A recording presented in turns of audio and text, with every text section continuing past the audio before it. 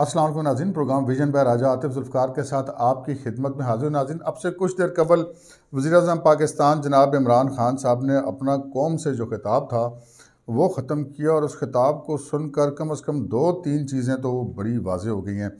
पहली चीज़ जो वाज़ेह हुई है वो ये हुई है कि जनाब ये वज़ीर-ए-आज़म के खिताब से ज़्यादा उनकी इंतखाबी मुहिम की तकरीर लग रही थी, जिससे अंदाज़ा होता है कि वज़ीर-ए-आज़म साहब ख़ासे घबराए हुए हैं। और दूसरी फिर इस खिताब के बीच में जो कि बहुत सारे तज़ादात का मजमूआ था, उसमें उन्होंने अमेरिका से लेकर और पाकिस्तान की अदलिया तक और अदलिया से लेकर सहाफ़ियों तक सब के बारे में कह दिया जी कि ये सारे लोग गलत हैं, और इनके हवाले से काफ़ी ज़्यादा शिकवे और शिकायतें की। और फिर वहाँ जहाँ पर हमें ये चीज़ें नज़र आईं, वहाँ पर जो उनकी खातून अव्वल के हवाले से जो सोच है, जो मुराद सईद साहब का जिक्र उन्होंने किया, उस जुल्फ़ी बुखारी और रेहाम खान का बगैर नाम के जिक्र किया, तो लगता ऐसे है कि जनाब वज़ीर-ए-आज़म साहब जो हैं वो इनकी जो तमाम जो तकरीर थी उसमें ऐसा लग रहा था कि वो बहुत ज़्यादा नाराज़ हैं, बहुत ज़्यादा शाकी हैं, और वो सब लोगों की जो शिकायतें हैं वो कौम से लगा रहे हैं। अब वो कौम से शिकायतें लगा रहे हैं, जो भी कर रहे हैं, ज़रा उनके खिताब का जो हम एक मुख्तसर सा जायज़ा लें। लाज़मी बात है, यकीनन तफसीली जायज़ा लेने के लिए तो बहुत लंबा प्रोग्राम दरकार होगा। एक तो वज़ीर-ए-आज़म साहब ने पाकिस्तान के अदालती निज़ाम पे जनाब आज अदम एतमाद क्या, बल्कि हम कह सकते हैं उनके ख़िलाफ़ ही बात कर दी। उन्होंने ये कहा कि जनाब पाकिस्तान में जो सहाफ़त है उसमें बड़ा गंद उछाला जाता है ख़वातीन पर, और पोर्नोग्राफ़ी तक की बातें की जाती हैं।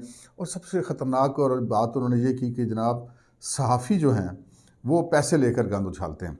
अब यही पीका ऑर्डिनेंस जिसमें उन्होंने तरमीम की, जिसको कानून को लाने के वो जवाज़ बता रहे थे, उसी के साथ ही वो उसी वक्त उसी लम्हे उस कानून की खुद खिलाफ वर्जी कर रहे थे और साफ़ियों को कह रहे थे कि ये पैसे लेके गंद उछालते हैं। तो जो गंद उछाला जाता रहा दूसरे लोगों की ख़वातीन के ऊपर, दूसरी सियासी जमातों की ख़वातीन के ऊपर, क्या उस हवाले से भी ये कोई कानून का काम करेगा? बिल्कुल हमारी नज़र में सब ख़वातीन मोहतरम हैं, चाहे उनका ताल्लुक़ किसी सियासी जमात से हो या ना हो, वो कोई घरेलू खातून हो, वो कोई सियासतदान हो, वो कोई वर्किंग लेडी हो, हमारे लिए तमाम ख़वातीन जो हैं वो बराबर हैं। लेकिन क्या कानून का इतलाक़ सब लोगों के लिए होगा? अगर सब लोगों के लिए इस कानून का इतलाक़ हो जाए, जो कि इस हुकूमत ने आर्डिनेंस के ज़रिए नाफिज़ किया है, तो फिर सबसे ज़्यादा इस कानून का इतलाक़ हुक्मरानों और हुकूमती ज़ुमा पर होगा, जो कि फ़ेक न्यूज़ बहुत सारी करती है। आज के प्रोग्राम में भी उन्होंने बहुत सारी फ़ेक न्यूज़ दी हैं जी लोगों को। हम ज़रा उसका भी थोड़ा सा जायज़ा ले लेते हैं।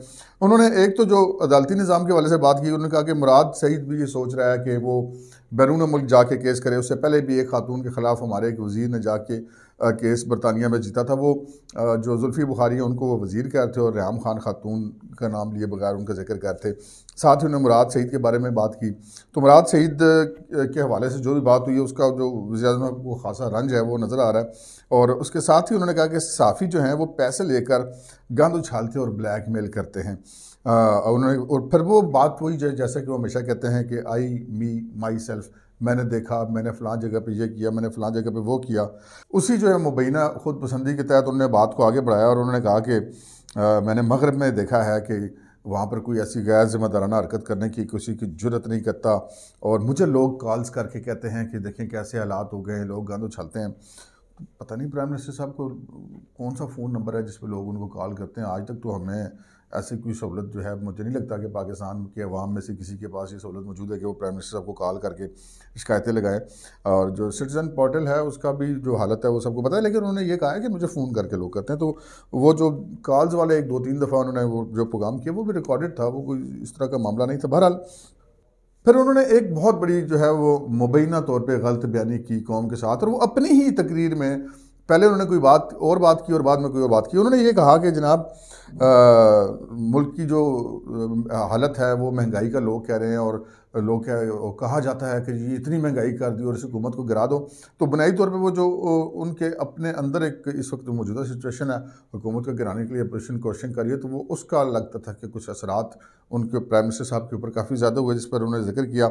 और वो उन्होंने एक किस्म की वजाहत पेश की कि जी पाकिस्तान की तारीख़ का सबसे बड़ा खसारा था जब हमें इकॉनमी मिली, और जब कोरोना आया तो उससे पहले ही हमारी मईशत 0.2% थी। ओके, प्राइम मिनिस्टर साहब हैं हमारे, हम उनकी बात पे यकीन करते हैं। अच्छा, उसके बाद वो आगे चल के अपनी इसी तकरीर में कहते हैं कि अभी हमारी जो ग्रोथ है वो 6.5% है, और ये जो फिगर है ये मुस्लिम लीग नून को अपने इक़्तिदार के 5वें साल में आके मिला था।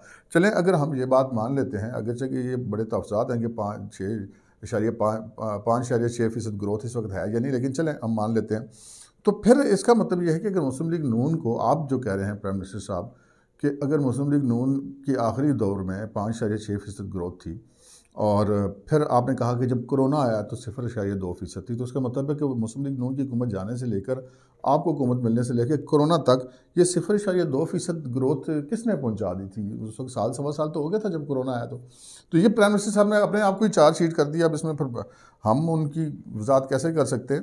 फिर वज़ीर आज़म साहब ने अपनी बड़ी तारीफ़ें की कि जनाब हम जो जिस तरह कोरोना से लड़े, पूरी दुनिया में बड़ी हमारी तारीफ़ें हुई, और मुख्तलिफ जो है वो दुनिया के जो हैं वो रिसाले जो है वो मुख्तलिफ चीज़ें कहते रहे। और फिर उन्होंने ये कहा कि जनाब बिल गेट्स ने मुझसे आके पूछा कि कैसे तुमने काबू पाया। तो पता नहीं वो बिल गेट्स ने प्राइवेटली शायद को पूछा होगा, वैसे तो कोई पता नहीं चला कि उन्होंने कोई ऐसी बात की हो।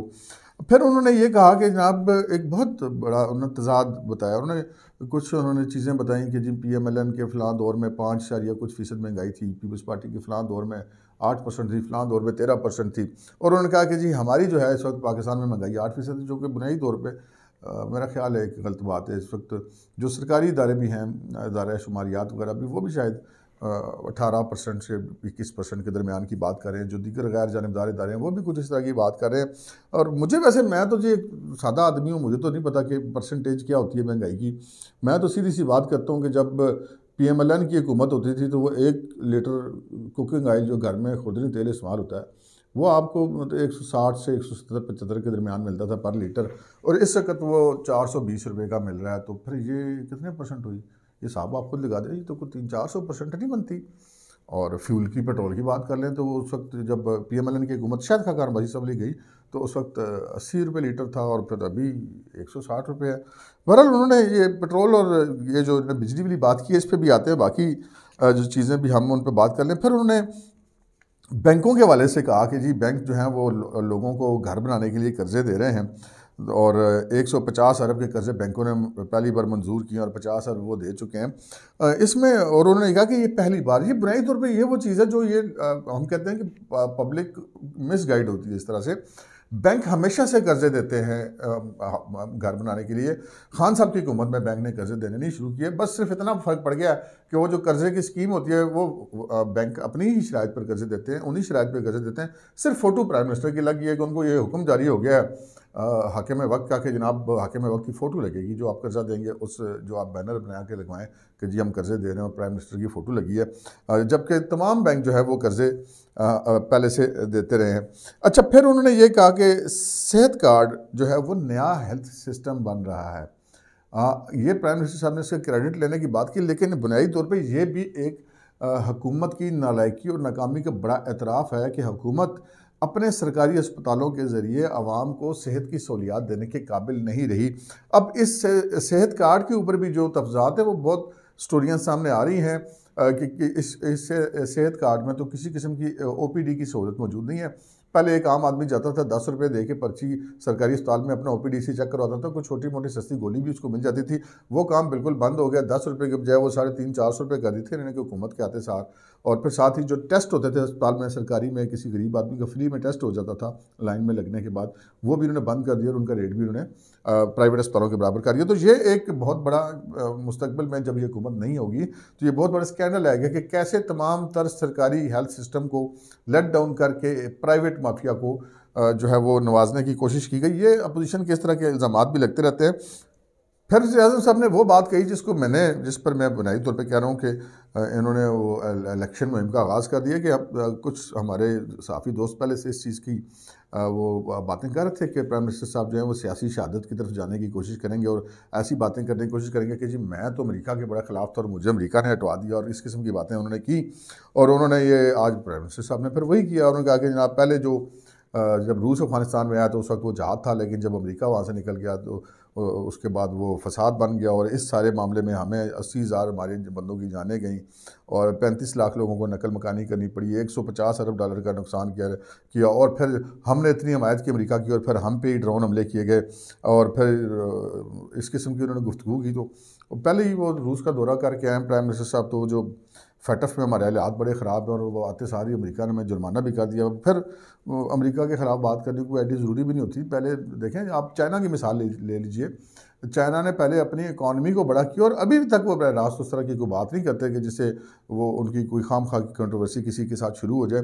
तो बहरहाल ये सुना तो हमने है कि जी इस खिताब के रिकॉर्डिंग से पहले फ़ॉरेन ऑफिस के लोगों को और दीगर माहिरीन माशियात को बुला के मशवरे किए गए हैं, लेकिन ये जो उन्होंने बात की है इससे काफ़ी ज़्यादा पाकिस्तान के लिए मुश्किलात होंगे। फिर उन्होंने जो सहाफ़ियों के बारे में बात की, उन्होंने ये फरमाया कि ये जो पीका लॉ बना है ये 2016 में मुस्लिम लीग नून के दौर में बना था। बिल्कुल वज़ीर-ए-आज़म साहब ने ये बिल्कुल दुरुस्त बात की, ऐसा ही हुआ था। लेकिन ये अगर ये उस दौर में बना था तो उसको चलने देते। फिर इसमें तरमीम करने की क्या ज़रूरत थी? तरमीम करने पे आपने तरमीम कर दी कि जनाब मैं उठूँ और किसी भी शख्स के ख़िलाफ़ जो है वो जाके कह दूँ कि जी इस शख्स ने किसी और शख्स की, यानी कि जो हुकूमत का हो बंदा, कोई वो खातून हो, कोई मर्द हो, कि उसकी जो बात किया वो तौहीन किया, तो मेरी मुद्दईयत में उसके खिलाफ मुकदमा दर्ज किया। यानी कि 22 करोड़ आदमियों से कोई भी शख्स मुद्दई बन सकता है और सहाफ़ी को फिर 6 महीने ज़मानत भी नहीं मिलनी, उसने अंदर भी हो जाना है और किसी वारंट गिरफ्तारी की भी ज़रूरत नहीं है, किसी सर्च वारंट की भी ज़रूरत नहीं है। तो इस किस्म के कवानीन बहरहाल काले कवानीन हैं। आप चाहे प्राइम मिनिस्टर होने के बावजूद इस सतह पर आ जाएँ कि आप सहाफ़ियों को कहीं पैसे लेकर करते हैं, तो आप तो वज़ीर-ए-आज़म हैं। आप जो सहाफ़ी पैसे लेते हैं उनको एविडेंस दें और उनको बेनकाब करें। अदरवाइज़ तो फिर इस दफ़ा के तहत पहला केस तो जनाब प्राइम मिनिस्टर साहब फिर आपके खिलाफ बनता है। फिर वज़ीर-ए-आज़म साहब ने अपने भी दुखड़े रोए। उन्होंने कहा कि जनाब पहले वो एक सहाफ़ी ने वो कह दिया कि जी 3 साल पहले कि मेरी बीवी नाराज़ होकर चली गई है और 3 साल से मैंने केस किया और मुझे उसमें इंसाफ नहीं मिल रहा। यहाँ पर वो अदलिया से भी साथ शिकायत कर रहे हैं, साथ ही सहाफ़ियों को भी रगड़ा लगा रहे हैं, 2 in 1 काम कर रहे हैं। फिर उसके बाद वो कहते हैं कि जी औरतें जो सियासत में नहीं होती उनको घसीटा जाता है, उन पर गंद उछाला जाता है। बिल्कुल हम इस चीज़ के बिल्कुल ख़िलाफ़ हैं। तमाम सहाफ़ी, हर जो जेन्युइन सहाफ़ी है वो इस चीज़ के ख़िलाफ़ है। लेकिन प्राइम मिनिस्टर साहब जो बातें कर रहे हैं वो फिर बातें दूसरों के ख़वातीन के हवाले से भी लागू होनी चाहिए। वो तो पाकिस्तान तहरीक इंसाफ के जो सोशल मीडिया सेल्स हैं वो जो कुछ सियासी ख़वातीन जो सियासत में हैं या नहीं हैं उनके ख़िलाफ़ जिस तरह की बात करते हैं तो वो केस तो बहरहाल बनते हैं, लेकिन मेरा ख़्याल है उसके लिए शायद हुकूमत में होना ज़रूरी है। फिर वज़ीर-ए-आज़म साहब ने इसमें यह भी कह दिया कि मुझे 3 साल से इंसाफ नहीं मिला, तो फिर मुराद सईद भी सोच रहा है कि बाहर जाके इंसाफ ले। एक तो आपने अपने सेहत कार्ड के ज़रिए अपने ही हेल्थ सिस्टम पर उंगलियां उठा दी, फिर आपने अपने ही निज़ाम इंसाफ पर उंगलियां उठा दी, तो 3.5 पौने 4 साल से आप हुकूमत कर रहे हैं। ले आते इस्लाहात, आपको किसने रोका था? तमाम इदारे भी एक पेज पर थे, जो दिल चाहता कर लेते। लेकिन आपने क्या किया? आपने एक आर्डीनेंस जारी किया जिसको पूरी दुनिया के किसी भी पैमाने पर रखें तो वो काला कानून ही करार पाएगा, वो कभी सफ़ेद कानून नहीं हो सकता। फिर उन्होंने कहा कि जो किसी भी मुल्क का सरबराह जो कि कानून नहीं तोड़ता उसको आज़ादी सहाफ़त से कोई ख़तरा नहीं होता। तो फिर आपके दौरे हुकूमत में अगर ये कानून लाया गया तो इसका मतलब है कि आप इस जो फार्मूला आप बता रहे हैं उसके तहत तो फिर आप फिर खुद कानून तोड़ते हैं, तो फिर इसलिए आप ये कानून लेकर आए हैं नया। फिर इसके साथ साथ वज़ीर-ए-आज़म साहब ने जो है वो सनतों की बात की कि और उन्होंने कहा कि रिकॉर्ड जो है वो पाकिस्तान की एक्सपोर्ट में इजाफा हुआ है, रिकॉर्ड टैक्स कलेक्शन हो गया। तो फिर तो समझ नहीं आती कि अगर ये सारा कोई रिकॉर्ड एक्सपोर्ट बड़ी है, रिकॉर्ड टैक्स कलेक्शन होती है, ये पैसा जा किधर रहा है? ये अवाम की गर्दन पे क्यों पाँव आया हुआ है? रोज़ ये महंगा, वो महंगा, वो ये महंगा, वो महंगा। ये जो इन्होंने कुछ चीज़ें सस्ती करने की बात की उस पर भी मैं आता हूँ। लेकिन फिर कहते हैं जी बड़ी सनतों ने इससे बड़ा कुछ कमाया है। तो बड़ी सनतों ने अगर कमाया है तो फिर कौमी ख़जाने में क्या जमा कराया है? अगर कौमी ख़जाने में उन्होंने जमा नहीं कराया तो उसके पीछे कौन सा माफिया था और उस माफिया के ख़िलाफ़ कार्रवाई क्यों नहीं? तो पोजीशन तो फिर ये कहती है ना कि वो माफिया जितने भी हैं वो आपकी काबीना की तरफ उनका खुरा जाता है मुबैना तौर पे। और फिर उन्होंने कहा कि जनाब अच्छा, फिर एक बड़े मज़े की बात की। ऐसी उन्होंने बात की कि वो जो कहते हैं ना कि वो ना 9 मन तेल होगा ना राधा नाचेगी। उन्होंने कहा कि जनाब ये बिजली बड़ी महंगी इसलिए बन रही है कि सबसे सस्ता जो सोर्स है बिजली का वो डैम होता है। 50 साल में किसी ने डैम नहीं बनाए और अब जो है वो मैं 10 डैम बनाने लगा और इससे 5 से 10 साल लगेंगे। ये बड़ी सीधी सी बात है कि वो कल कह देंगे कि जी मैं तो हुकूमत मेरी रहती, अगर ये 5 साल पूरे भी कर लेते हैं तो बड़े आराम से कह सकते हैं जी मेरी तो हुकूमत 5 साल थी, मैंने तो कहा था 5 से 10 साल में लगेंगे, तो 10 साल मुझे मज़ीद हुकूमत मिलती तो मैं डैम बनाता। तो वो खैर जैसे उन्होंने माजी में ऐलानात किए हैं, वो जब कराची गए थे एक पैकेज उधर अनाउंस कराए थे, जो गिलगित बल्तिस्तान के इलेक्शन में वहाँ पर गए थे, वहाँ पे एक पैकेज अनाउंस कर गया था, उसका पैसा एक तो उनको नहीं मिला। फिर उन्होंने ये कहा कि जनाब बड़ी दिलचस्प बात उन्होंने की, उन्होंने कहा कि जी पेट्रोल, उन्होंने कहा कि जी हम 10 रुपये पर लीटर कम कर रहे हैं। अभी कुछ दिन पहले मेरा ख्याल है 10-12 रुपये बढ़ा था तो वो आपने उसको बराबर कर दिया। तो लेकिन जो उससे पहले आप जो 40-50 रुपये बढ़ा चुके हैं वो तो उधर ही है, उसमें भी कुछ कमी कर देते, पिछली सतह पे कीमतें ले जाते। अगर आपने इकॉनमी को बिल्कुल ठीक कर लिया फिर उन्होंने ये कहा कि जनाब बिजली के यूनिट 5 रुपये हम कम कर रहे हैं। वो हर चंद दिनों के बाद जो बिजली की 10 रुपये 15 रुपये बढ़ी हुई होती है, 5 रुपये 7 रुपये बढ़ी हुई होती है, और 5 रुपये कम। अच्छा, 5 रुपये यूनिट वो कम करने का ऐलान कर रहे हैं, साथ कह रहे हैं कि से 20 से 50% तक बिजली का कम हो जाएगा। ये पता नहीं कौन सा जो साइंसदान और जिसे कहते हैं ना माहिर मौशियात का कोई मिक्सर होगा जिसने ये उनको फार्मूला बताया कि 5 रुपये यूनिट बिजली कम होने से 20 से 50% तक बिजली का बिल कम हो जाएगा। और फिर उन्होंने ये भी कहा कि जी अगर आइंदा बजट तक हम बिजली और पेट्रोल की कीमतों में इजाफा नहीं करेंगे, मुमकिन है अल्लाह करे ऐसा ही हो, लेकिन इस हुकूमत में तो अगर ये कुछ ना बढ़ाएं तो हम फिर भी आवाम जो है वो शुक्र का कलमा पढ़ेंगे। लेकिन इन्होंने ये कहा कि हम इजाफा नहीं करेंगे। हमसे मुराद ये कि जो अपनी मजीद है, अब वो जो बैन अवी कीमतों का उतार चढ़ाव है या जो मुख्तलिफ़ किस्म की जो उस उतार चढ़ाव की वजह से रद्द-बदल करना पड़ता है, वो तो फिर एक अलग बात है, वो हुकूमत नहीं करेगी। उनके कहने का मुझे जो मकसद समझ आया वो तो यही है। फिर उन्होंने कहा कि जनाब हम ग्रेजुएट्स जो हैं पाकिस्तान के, उनको 30,000 रुपये पर मंथ पे इंटर्नशिप दिलवाएंगे। ये इंटर्नशिप्स किससे दिलवाई जाएंगी, कैसे दिलवाई जाएंगी, कब दिलवाई जाएंगी, इस तरह का कोई उन्होंने फार्मूला नहीं बताया। फिर उन्होंने कहा कि जी हमने 26 लाख स्कॉलरशिप्स के लिए 38 अरब रुपये मखसूस किए हैं। जितने लोग स्कॉलरशिप पे जब ये हुकूमत आई थी बैरून ममालिक पढ़ने गए थे बेशतर को, तो फिर इन्होंने पीछे से स्कॉलरशिप बंद कर दी थी उन तलबा का, तो फिर कोई बना कुछ नहीं था। देखें अब क्या बनता है। फिर उन्होंने PM पोर्टल की बात की कि जनाब वहाँ पर जो है शिकायत जो दर्ज होंगी हम उस पर कार्रवाई करें। PM पोर्टल काफ़ी अरसे से बना हुआ है, लेकिन जब आप उसके ऊपर कोई करते हैं तो मुझे ज़ाती तौर पर तजर्बा 2-3 दफ़ा मैंने कंप्लेंट की तो आगे से कोरा जवाब आ गया कि जनाब वो थोड़ी कंप्लेंट तो कार्रवाई नहीं हो सकती, साढ़े दायरा कार तो बाहर है। पता नहीं दायरा कार में आने के लिए शायद काबीना का हिस्सा होना ज़रूरी होता हो, क्योंकि बहरहाल ये सारे मामलात हैं। अच्छा, इससे पहले कुछ चीज़ें ऐसी हुई थी जिसके बारे में ख़बरें चल रही थी। एक तो आर्मी चीफ साहब से मुलाकात हुई थी प्राइम मिनिस्टर साहब की। यकीनी बात है कि वो दौरा रूस के वाले से कुछ नोट्स एक्सचेंज हुए होंगे। आर्मी चीफ अमेरिका जाने वाले हैं, उसके हवाले से कुछ नोट्स एक्सचेंज होंगे।